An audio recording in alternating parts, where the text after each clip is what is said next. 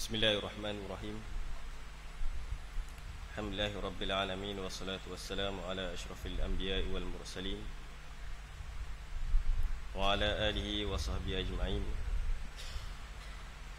Rabbi shrah li sadri wa yassir li amri wahlul 'uqdatam min lisani yafqahu qawli. Subhanaka la ilma lana illa ma 'allamtana innaka antal alimul hakim. Wala hawla wala quwwata illa billahil 'aliyyil 'azim. Amma ba'd. Assalamualaikum warahmatullahi wabarakatuh. Qala ta'ala fil kitabil aziz ba'da a'udzu billahi minasyaitonir rajim. Wa ma khalaqtul jinna wal insa illa liya'budun. Sadaqallahul azim. Simak mati Allah Subhanahu wa taala.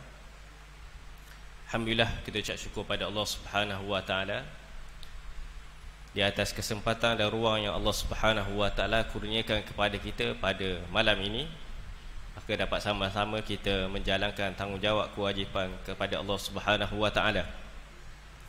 Dan juga kita rafaqkan setinggi-tinggi kesyukuran kepada Allah Subhanahu wa taala di atas nikmat iman dan juga Islam yang Allah Subhanahu wa taala kurniakan kepada kita, yang menjadi sebab diterimanya segala amalan kebaikan kita, dan juga menjadi syarat untuk kita masuk ke dalam syurga Allah Subhanahu wa taala. Jadi muslim-muslimat mati Allah Subhanahu wa taala, kita sambung lagi perkongsian kita, pengajian kita berkenaan dengan apa erti saya menganut Islam. Jadi insya-Allah pada perjumpaan kita yang lepas-lepas, kita masih lagi membicarakan berkenaan dengan saya mesti muslim dari sudut ibadah. Saya mesti selamat dari sudut ibadah saya mesti tunduk dari sudut ibadah saya kepada Allah Subhanahu wa taala. Jadi pengarah kitab meletak kepada kita beberapa syarat untuk kita mencapai supaya muslim selamat dan juga tunduk rendah diri kepada Allah Subhanahu wa taala dari sudut ibadat kita terhadap Allah Subhanahu wa taala. Yang pertamanya, pengarah kitab menyebut kepada kita bahawa saya mestilah memastikan ibadat saya mempunyai hubungan dengan Allah Subhanahu wa taala. Yang keduanya, pengarah kitab menyebut bahawa setiap ibadat yang kita lakukan mestilah disertai dengan kekhusyukan kepada Allah Subhanahu wa taala, barulah mendapat nikmat daripada Allah Subhanahu wa taala. Yang ketiganya, kita mestilah beribadat dalam keadaan hati kita hadir merasai kehadiran Allah Subhanahu wa taala, dan juga membuang segala kesibukan dunia yang tidak ada kaitan dengan ibadat yang kita lakukan. Yang keempatnya, pengarah menyebut kepada kita bahawa kita mestilah sentiasa ingin menambah kualiti ibadat kita terhadap Allah Subhanahu wa taala supaya kita ni mencapai martabat dekat dengan Allah Subhanahu wa taala. Dan yang kelimanya, pengarah menyebut kepada kita bahawa kita perlu mengambil berat berkenaan dengan semayang malam kita, qiyamul lail kita, mendirikan malam kita dengan ibadat-ibadat kepada Allah Subhanahu wa taala. Dan yang keenamnya yang kita nak bincang pada hari ini ialah saya mestilah meluangkan waktu tertentu untuk membaca Al-Quran dengan merenung maksud dan pengajarannya. Jadi di sepanjang perbicaraan kita dan juga pengajian kita berkenaan dengan saya mesti muslim dari sudut ibadah ni, semuanya terkait hubungan kita dengan Allah Subhanahu wa taala. Jadi melalui ibadat yang kita buat ni, kita membina jambatan kita, hubungan kita dengan pencipta kita, orang yang menjadikan kita daripada tiada kepada ada, daripada sehina-hina perkara, sehina-hina air mani, menjadi kita semulia-mulia manusia dan lebih tinggi darjat kita daripada malaikat jika kita menggunakan akal dan juga memandunya mengikut wahyu daripada Allah Subhanahu wa taala. Jadi hubungan kita dengan Allah Subhanahu wa taala sangat istimewa. Sebab manusia ni digunakan oleh Allah Subhanahu wa taala akal. Manakala makhluk yang Allah Subhanahu wa taala cipta, malaikat sebagai contohnya, Allah Subhanahu wa taala telah tetap atas dia ni bahawa dia ni mesti beribadat kepada Allah Subhanahu wa taala. Ada yang berzikir, ada yang menahan arasy Allah Subhanahu wa taala, ada kerjanya mencatat amalan manusia, ada kerjanya mendoakan manusia. Semuanya Allah Subhanahu Wa Taala tentukan tugas masing-masing. Bagi kita manusia, makhluk yang dicipta oleh Allah Subhanahu Wa Taala, yang diberi akal oleh Allah Subhanahu Wa Taala, kita telah diberi pilihan oleh Allah Subhanahu Wa Taala. Walaupun ditakdirkan umur kita, di mana kita mati, bila kita mati, rezeki kita, tapi Allah Subhanahu Wa Taala masih beri lagi kita pilihan untuk memilih sama ada baik ataupun buruk yang Allah Subhanahu Wa Taala beri pada makhluk lain. Ada hanya pada manusia yang Allah Subhanahu Wa Taala beri ada dua, takdir dan juga pilihan. Walaupun ada setengah perkara Allah Subhanahu Wa Taala tak dah, tapi ada juga perkara yang boleh kita pilih supaya tidak menjadi dalil kepada Allah Subhanahu Wa Taala. Bertemu dengan Allah Subhanahu Wa Taala, kita kata kita duduk kafir ni sebab takdir Allah Subhanahu Wa Taala dah. Jadi kita tak ada pilihan, jadi kafir, jadi masuk neraka. Jadi salah Allah Subhanahu Wa Taala lah. Tak. Sebab tu Allah Subhanahu Wa Taala letak kita ni takdir dan juga ada pilihan di tangan kita. Kalau Allah Subhanahu Wa Taala lahirkan kita dalam keadaan kufur pada Allah Subhanahu Wa Taala, maka kita ada pilihan lagi untuk kita kembali pada Allah Subhanahu Wa Taala. Kalau kita ni ahli maksiat, kita ni Islam dah, tapi kita ni ahli maksiat, buat maksiat, buat dosa besar, jadi kita diberi pilihan oleh Allah Subhanahu Wa Taala untuk berubah, untuk pilih jalan yang baik. Kita tadi ada di jalan yang buruk, tak? Maknanya Allah beri pilihan kita supaya kita boleh pindah, bertukar daripada jalan yang buruk ke jalan yang baik. Allah Subhanahu Wa Taala beri kita pilihan. Itu satu nikmat yang Allah Subhanahu Wa Taala beri pada kita, pada makhluk bernama manusia, tidak pada makhluk yang lain, sama ada malaikat ataupun binatang. Jadi pengarang kitab menyebut kepada kita dalam poin yang ke-6, saya mestilah meluangkan waktu tertentu untuk membaca Al-Quran dengan cara merenungi maksud dan pengajarannya. Jadi muslim-muslimat mati Allah Subhanahu Wa Taala, kalau kita baca ataupun kita tilik poin yang ke-6 ni yang disebut oleh pengarang kitab ni, saya mesti meluangkan masa saya untuk membaca Al-Quran. Kalau kita kata satu pilihan bagi kita, kalau kita nak baca, kita boleh baca, tak mau baca, daya baca.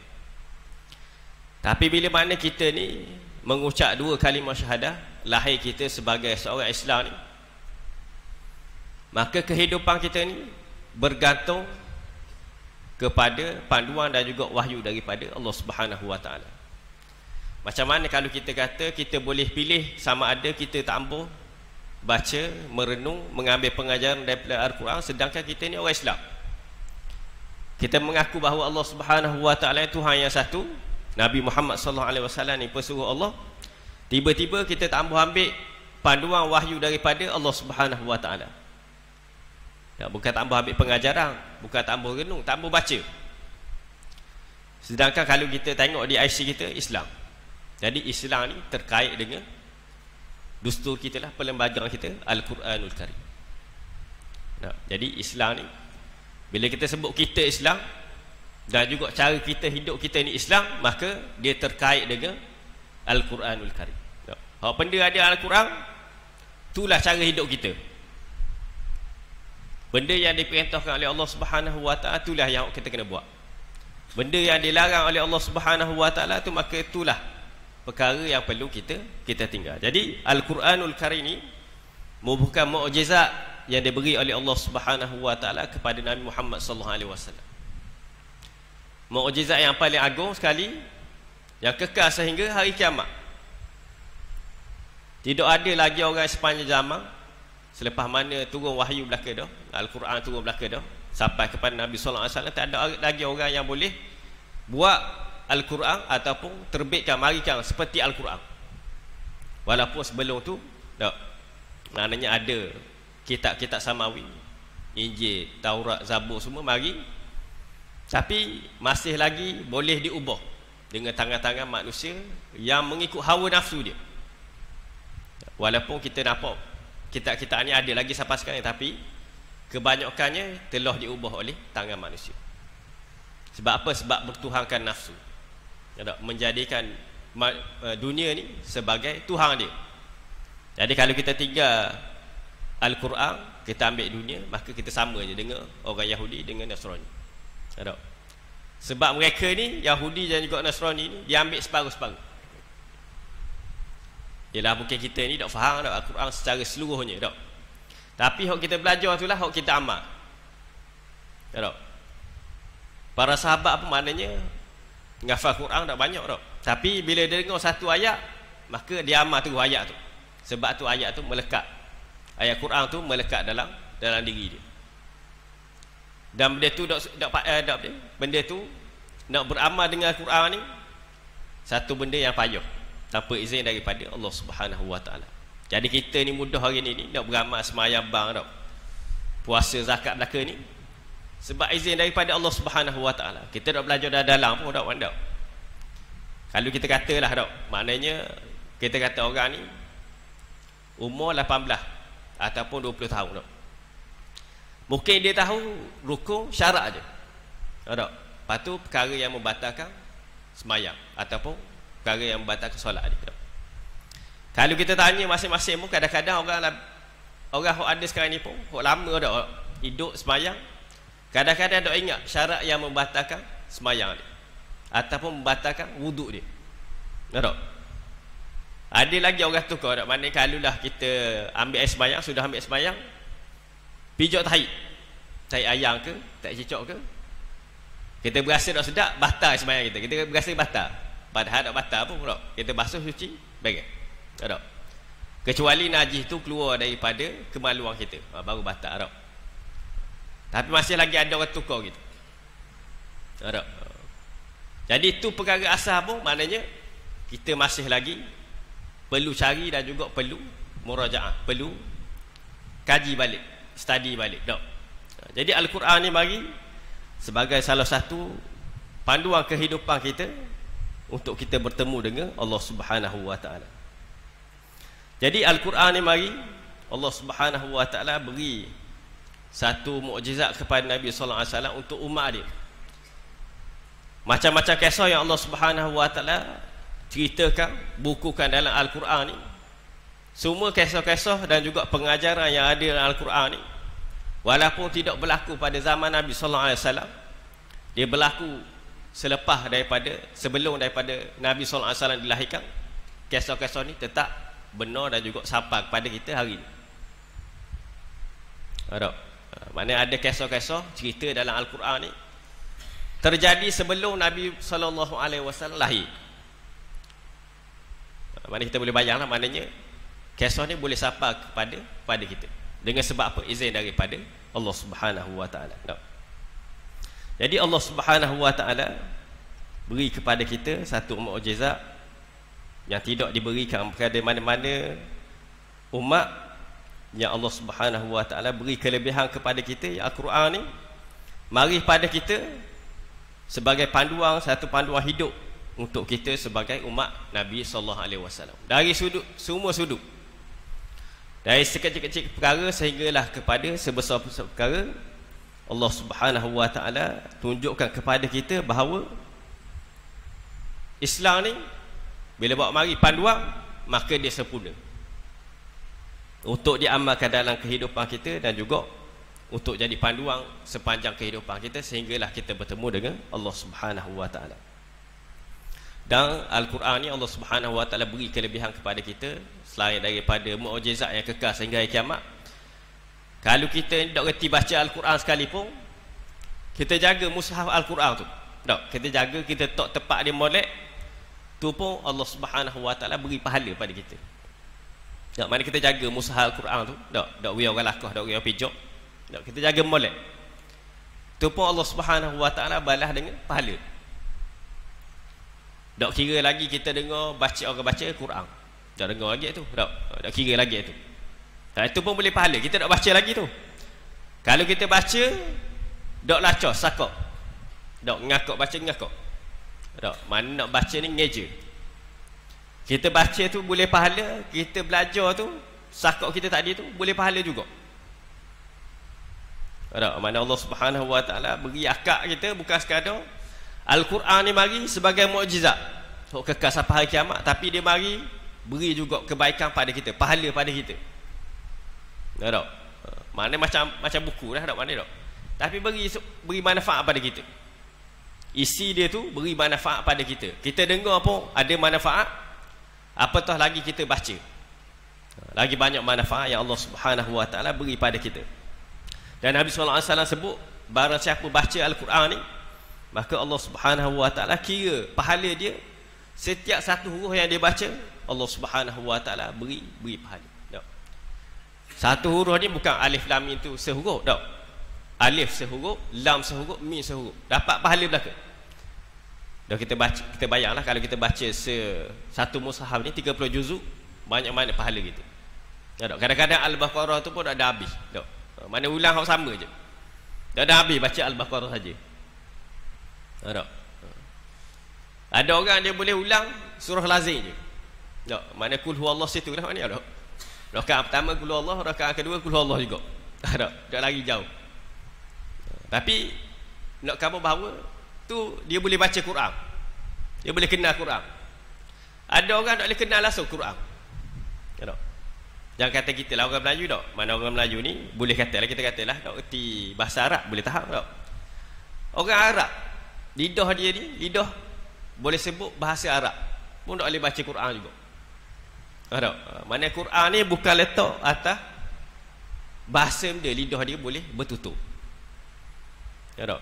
Kalau kita kadang-kadang orang Melayu kita lebih fasih, lebih racau baca Quran dia berbanding orang Arab. Tak? Kadang-kadang orang hok luar bukan orang Arab. Tak? Sebagai contohnya kalau kita pergi luar negara ni, kebanyakan orang hok belajar agama ni, tak?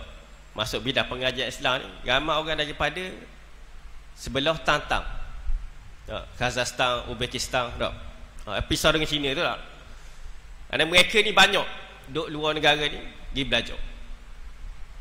Kalau kita tengok maknanya kadang-kadang bacaan dia masya-Allah, mana molek lah kita dengar tu merdu lebih daripada orang Arab baca.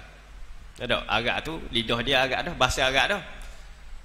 Tapi orang ajam, orang yang bukan orang Arab ni lebih lacau bacaan dia dan juga lebih lawa bacaan dia. Tak? Jadi Allah Subhanahu Wa Taala kira segala huruf yang kita baca daripada Al-Quran kita.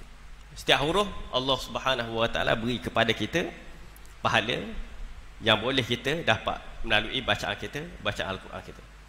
Dan juga Allah Subhanahu Wa Taala turunkan Al-Quran ni bukan hanya beri pada kita pada mulanya tak.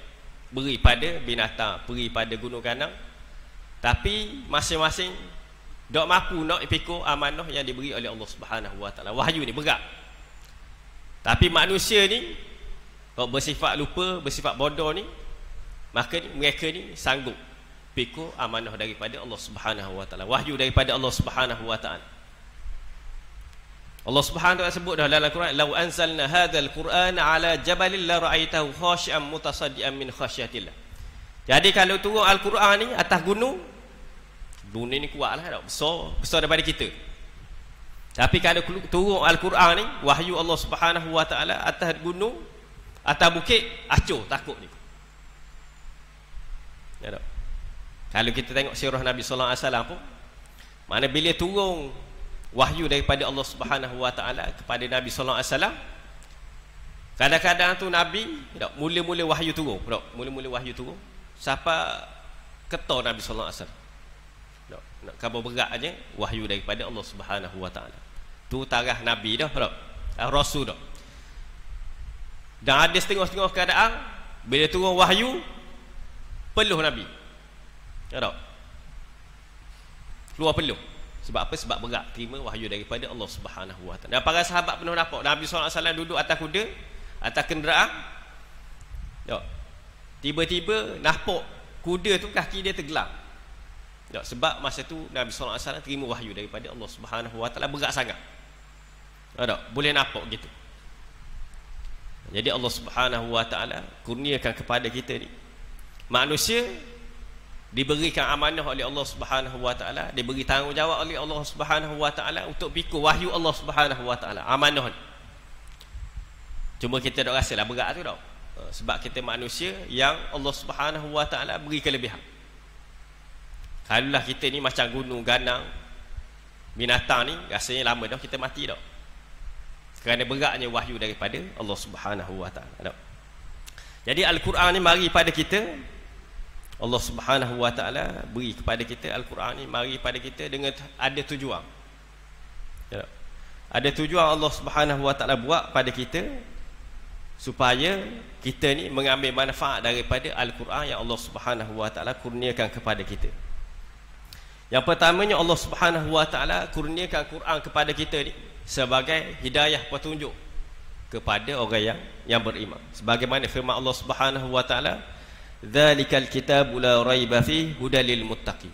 Jadi Al-Quran ni mari sebagai petunjuk, sebagai panduan kepada orang yang bertakwa, orang yang takut kepada Allah Subhanahu Wa Taala. Dan orang yang bertakwa kepada Allah Subhanahu Wa Taala, mereka ni mendirikan sembahyang, menunaikan zakat, percaya kepada benda-benda ghaib. Jadi Al-Quran ni mari dengan tujuan beri hidayah petunjuk kepada manusia yang nak mengikut panduan dan juga hidayah daripada Allah Subhanahu Wa Taala. Yang keduanya, Al-Quran ni mari membawa penyembuhan dan juga rahmat kepada manusia dan juga orang yang beriman. Jadi Al-Quran ni kadang-kadang dia mari, dia beri peringatan, ya ayyuhallazina amanu, wahai orang-orang yang beriman. Kadang-kadang dia mari, ya ayyuhan nas, wahai manusia. Maknanya Quran ni mari turun beri rahmat pada orang yang beriman dan juga orang yang kufur. Dan juga Al-Quran ni turun beri penyembuhan kepada kita. Jadi Allah Subhanahu Wa Taala beri syifa, beri penyembuhan melalui Al-Quran ni. Sama ada Al-Quran tu sendiri kita baca, hati kita jadi tenang, ataupun mungkin boleh jadi Al-Quran ni, ayat Quran ni kita guna untuk kita ubati diri kita kalau sakit. Tak? Kalau hak fizikal ni kita tahulah, nampaklah mana tak sakit, baca ayat Quran pada tempat kita sakit, jadi satu penyembuhan bagi kita. Dan boleh jadi juga ayat Quran ni turun sebagai penyembuh kepada penyakit rohani kita. Tak? Mungkin kita kata ayat Quran ni jadi penyembuh rohani ni bila kena gangguan. Tak? Tapi lebih daripada tu, maknanya ayat Quran turun ni, kalulah orang tu jauh daripada hidayah Allah Subhanahu Wa Taala, maka dia berdekat, tak? Baiki rohani dia, kan tak? Tadi rohani dia ni rosak, hati dia rosak, maka Allah Subhanahu Wa Taala awak mari Al-Quran ni sebagai penyembuh, keluar daripada kegelapan kepada cahaya hidayah petunjuk Allah Subhanahu Wa Taala. Tak? Tadi beri rahmat dah, lepas tu beri penyembuhan pula. Tak? Bila kita sebut Al-Quran ni sebagai penyembuh kepada penyakit, sama ada rohani ataupun jasmani, ada seorang syekh ni, dia ditanya oleh inilah anak murid dia, boleh tak kalau aku guna ayat Quran ni tulis atas kertas, lepas tu aku simpan buat sebagai azimat? Tak? Mana ambil ayat Quran, saya ayat Quran, bismillah ke, tulis atas kertas, kita simpan buat jadi azimat kita, pertahanan kita. Kalau dia kata syekh ni kata, kalulah dia i'tiqad, dia pegang bahawa ayat Quran tu beri mudarat dan juga beri manfaat, maka syirik. Tak? Mana guna ayat Quran dah tadi tu dah. Mana kalau kata bismillahirrahmanirrahim tu ayat Quran lah. Tak? Tapi kalau kita anggap ayat Quran tu beri mudarat dan juga beri manfaat, maka syirik, dah boleh buat gitu, haram. Tak? Walaupun kita tulis ayat Quran ke surah Baqarah sejuzuk, lipat-lipat kertas tu simpan kita buat pertahanan kita, dah boleh. Tak? Dikir syirik di sisi Allah Subhanahu Wa Taala. Sebab apa? Sebab kita bergantung dengan ayat Quran tu, bukan bergantung dengan Allah Subhanahu Wa Taala.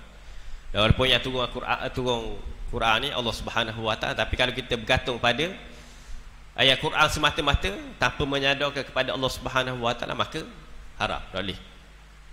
Ataupun kita gantung di muka pintu kita, tak? Sebelum kita masuk dalam ni, kita gantung ayat Quran semata-mata, tak ambil makhluk halus ni masuk dalam rumah kita. Sama juga, tak, kaedah dia, kalau kita beranggapan bahawa ayat tu beri mudarat dan juga manfaat, maka haram kita gantung. Tak? Kecuali kita gantung dalam rumah kita ni tujuan nak baca. Tak? Kita letak ayat 1000 dinar ke? Tak? Ni tujuan nak jadi kaya. Tak? Kita baca semua lah. Mana tak? Berapa baca? Tak? Hari ni gantung tak baca. Ya tak? Mana ayat Quran tu tengok kita tak? Patut kita tengok ayat Quran tengok kita. Tak? Jadi tak boleh. Walaupun ayat Quran, kalau kita gantung bahawa ayat Quran tu beri mudarat, beri manfaat, maka haram di sisi hukum ni. Tak? Syariat haram. Kalau kita jadikan ayat Quran tu, kita sandar, kita ambil ayat Quran tu tak, sebagai ikhtiar kita untuk penyembuhan, untuk benteng diri kita ni, boleh, tak ada masalah. Kita kata dengan Allah Subhanahu Wa Taala, tapi ikhtiar kita guna ayat Quran tadi sebagai benteng kepada diri kita. Macam-macam lah guna tak. Orang berubat lah ni maknanya ada guna ayat Quran saja berubat. Ada orang campur ayat Quran campur dengan bahan-bahan semula jadi. Ada juga tak. Mana kaedah masing-masing berbeza tak. Jadi guna ayat Quran ni untuk beri sifat penyembuhan kepada manusia itu sendiri. Yang ketiganya, Al-Quran ni mari sebagai membenarkan kitab-kitab terdahulu. Jadi Al-Quran mari ni dengan tujuan kitab-kitab samawi yang turun sebelum daripada Al-Quranul Karim ni membenarkan penurunan hukum-hukum dan juga syariat sebelum daripada turunnya Al-Quranul Karim. Mana dalam kitab-kitab terdahulu, Injil, Taurat, Zabur ni semuanya ada hukum daripada Allah Subhanahu Wa Taala. Kalam Allah belaka. Tak, hukum daripada Allah Subhanahu Wa Taala, wahyu daripada Allah Subhanahu Wa Taala. Tapi ada tangan-tangan manusia ni diubah. Tak. Mungkin dalam kitab-kitab ni ada syariat yang sesuai hanya pada zaman tu. Tak. Mungkin turun syariat pada zaman Nabi Musa sesuai dengan Nabi Musa ni, kaum Nabi Musa. Manakala turun syariat pada zaman kita sesuai pada kita je lah. Sehinggalah ke akhir zaman. Jadi Quran turun membenarkan kitab-kitab yang terdahulu yang diubah oleh tangan manusia ni. Maka Allah Subhanahu Wa Taala bawa mari semula cerita pada kita berkenaan dengan bagaimana perbuatan mereka ni yang mengubah isi kandung wahyu Allah Subhanahu Wa Taala sebelumnya turun Al-Quranul Karim. Dan juga Al-Quran ni mari kepada kita menerangkan yang hak dan juga yang batil. Sebagaimana firman Allah Subhanahu Wa Taala, syahrul ramadan alladhi unzila fil Quran hudal linnas wa bayyinatin minal huda wal furqan. Jadi Al-Quran ni mari turun pada kita ialah untuk kita beza di antara perkara yang hak dan juga perkara yang batil, perkara yang benar dan juga perkara yang salah. Jadi Al-Quran ni dia jadi garis panduan pada kita. Kalau kita nak kenal benda tu betul dengan Al-Quran, nak kenal benda tu salah dengan Al-Quran juga. Mana Al-Quran terang belaka. Mungkin ada benda lah Al-Quran tak terang, Nabi SAW terang pada kita. Tapi bermula wahyu ni maknanya dia menerangkan semuanya berkenaan dengan perihal kehidupan kita di dunia dan juga di akhirat. Hatta nak kenal mana betul mana salah pun Al-Quran tunjuk pada kita melalui teladan dan juga sirah-sirah yang berlaku dalam Quran itu sendiri. Jadi tu tujuan yang Allah Subhanahu Wa Taala kurniakan kepada kita Al-Quran ni, supaya kita ambil manfaat daripada Al-Quran. Jadi kalau kita nak ambil manfaat yang kita sebut tadi, jadi petunjuk kepada kita, jadi penyembuh kepada kita untuk bezakan di antara hak dan juga yang batil ni, perlu ada ilmu juga. Kalau kita baca Quran tak ada terjemahan, mungkin kita tak faham lah Quran tu kata benda. Tak faham sebab kita ni bukan tak belajar bahasa Arab ataupun bukan orang yang bertutur dalam bahasa Arab. Jadi ulama disebut ada perbezaan di antara terjemahan, tadabbur dan juga tafsir. Kalau terjemah maknanya daripada satu bahasa ke bahasa yang lain. Itu terjemah. Mana tukar bahasa, daripada bahasa Arab tukar jadi bahasa Melayu, dari bahasa Arab tukar jadi bahasa Inggeris, bahasa Arab tukar jadi bahasa Cina. Al-Quran ni boleh terjemah dalam semua bahasa. Dan nak terjemah ni kena ada ilmu bahasa Arab, baru boleh terjemah. Tahu selok-belok perkataan tu. Kadang-kadang seperkataan boleh bawa banyak maksud. Kalau kita ni jalan-jalan lah. Kalau Al-Quran kalau maksud jalan, mana banyak boleh tafsir ikut banyak cara. Boleh terjemah ikut banyak cara. Itu yang pertama, itu terjemahan. Yang keduanya tadarus. Tadarus ni kita buat sama lah, baca. Dengan tujuan ialah untuk kita baiki bacaan kita, perelokkan bacaan kita, kena tadarus. Sebagaimana Nabi sallallahu alaihi wasallam buat dengan malaikat Jibril.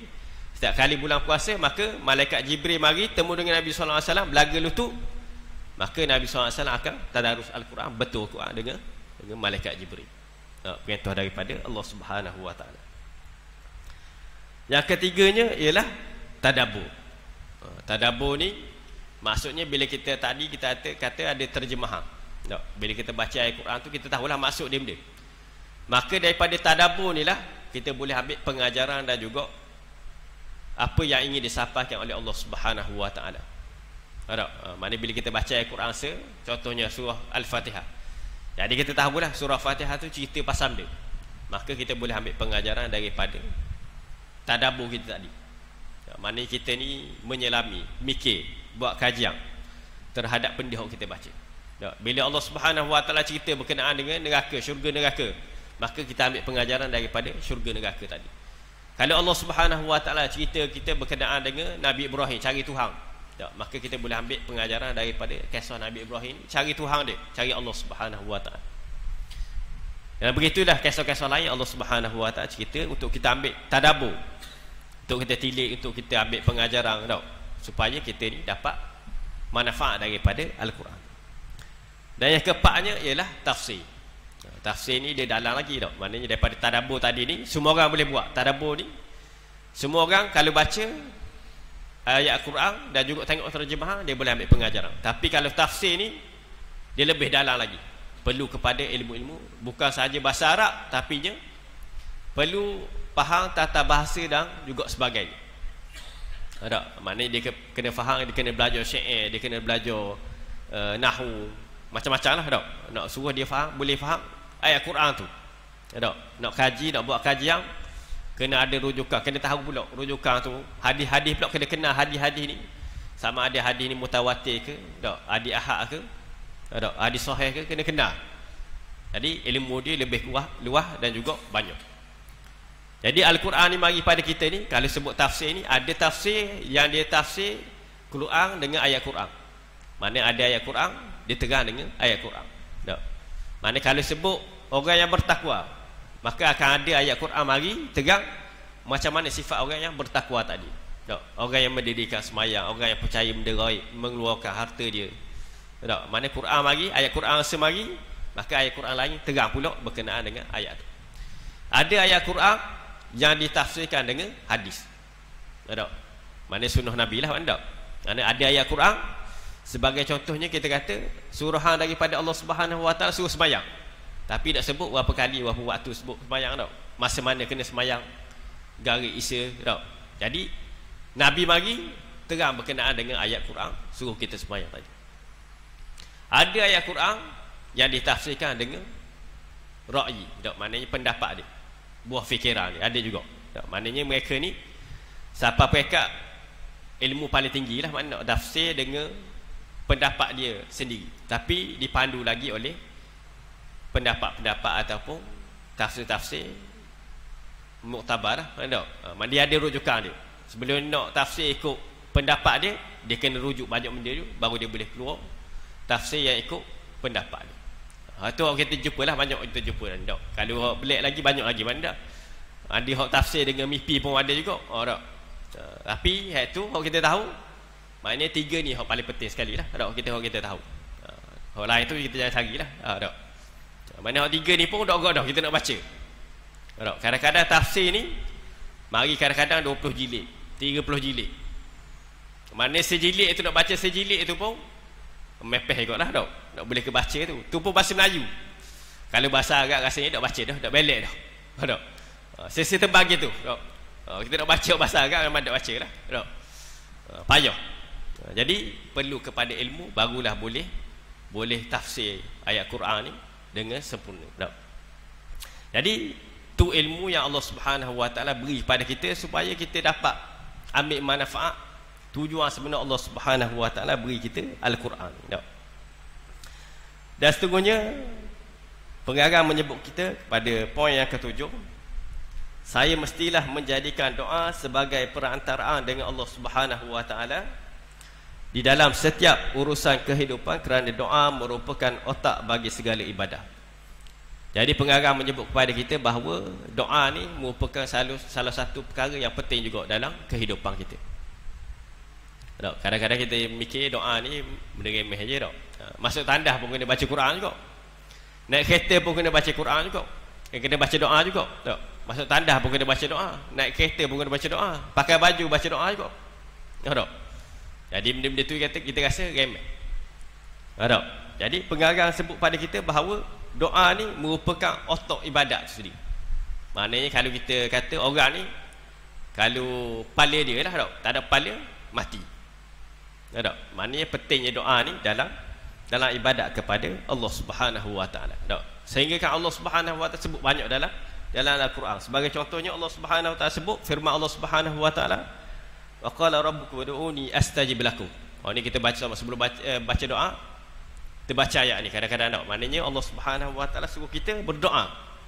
Nescaya aku akan makbulkan doa kamu. Maknanya doa ni penting juga dalam kehidupan kita. Tak, maknanya anak-anak kita pergi pasti tu, kita dah dengar baca doa makan tu, tak, kita rasa macam mudah je tak. Tapi kalau kita dah amal, dah baca, dah ingat, tak, kadang salah baca doa lain. Tak. Nak baca doa makan, jadi tiba-tiba baca doa nak kira dah. Tak, boleh tukar tak. Jadi doa dalam kehidupan kita ni benda yang sangat-sangat besar.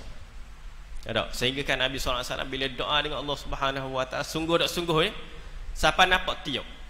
Tak, akak tinggi tangan. Tak, kita kadang-kadang doa kadang-kadang letak tangan atas perut gitu je. Tak. Kalau kita pergi ke luar negara ni lagi pelik tak. Orang baca doa you ada main. Duk sembang gitu. Tak.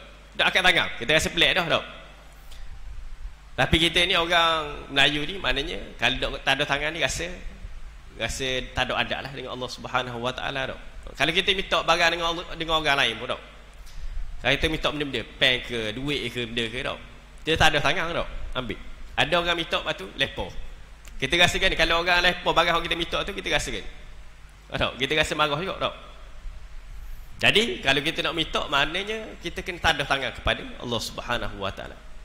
Tak.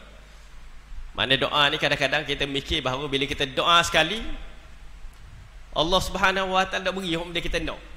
Kita kata Allah dak terima dah doa kita, dak makbul doa kita. Jadi dak doa lah, tak.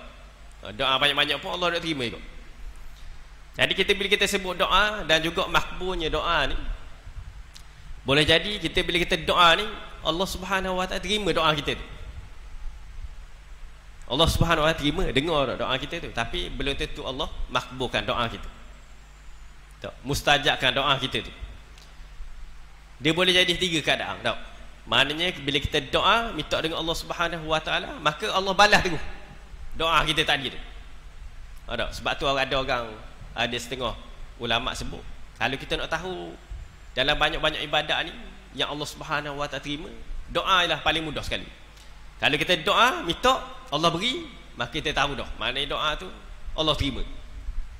Tak, kita sebut tu keadaan pertama lah. Tak, kita doa Allah beri lalu. Tak, doa minta nak kereta suti, dapat kereta suti. Tak, dia tak mustahil, tak mustahil. Tak, mana doa ini tak ada motor. Doa dengan Allah, minta dengan Allah, Allah bagi motor suti. Tak, boleh dapat gitu. Tak. Yang kedua, keadaan kedua, bila mana kita doa Allah Subhanahu wa taala tangguh doa kita tu. Permintaan kita tadi balas di akhirat. Tak, kita minta anak soleh ke, kita minta harta banyak ke, kaya ke, tapi Allah Subhanahu wa taala terima doa kita, tapi balasnya di akhirat dalam syurga. Tak.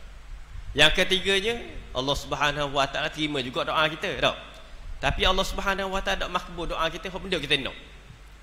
Kadang-kadang Allah terima doa kita tu dengan cara Allah Subhanahu wa taala balas kita jauh daripada bahaya. Tak, kita doa banyak tiap-tiap hari kita doa tak dapat, tapi Allah Subhanahu wa taala beri kita kelapangan hidup. Mana kita ni tak pernah sakit, tak pernah cedera, tak pernah kena belanggar, tak pernah. Tak, Allah Subhanahu wa taala balas kat tu. Tak. Dan ada juga doa yang Allah Subhanahu wa taala tolak terus. Tak, banyak sebab lah tak. Kalau kita cerita banyak sebab lah. Di antaranya kalau dia makan makanan yang haram. Tak. Makan haram, minum haram, pakai apa haram, maka tak diterima doa dia. Tak. ataupun dia doa untuk buat dosa. Tak? Nak pergi curi ni doa. Tak? Supaya Allah Subhanahu Wa Taala bantu dia berjaya curi. Tak? Maka tak terima doa tu. Ditolak doa tu. Tak? Tak boleh berdoa benda yang maksiat yang bawa kepada dosa. Dan kalau kita minta pun, kalau minta kepada Allah Subhanahu Wa Taala sebab kita gerah sangat dengan seseorang ni, kita minta pada Allah Subhanahu Wa Taala supaya Allah Subhanahu Wa Taala mati dia. Pun tak boleh. Tak? Walaupun kita kata kalau kita nak minta begitu kan, kan nak orang lain tak boleh. Tak? Mana kalau kita minta supaya benda yang maksiat, tak? Supaya dia mati, dia mati ya dia. Kan nak orang tak? Tak boleh minta kepada Allah Subhanahu Wa Taala. Jadi doa ni merupakan perantaraan kita dengan Allah Subhanahu Wa Taala. Kena banyak doa walaupun kita rasa Allah Subhanahu Wa Taala macam tak terima doa kita. Ada.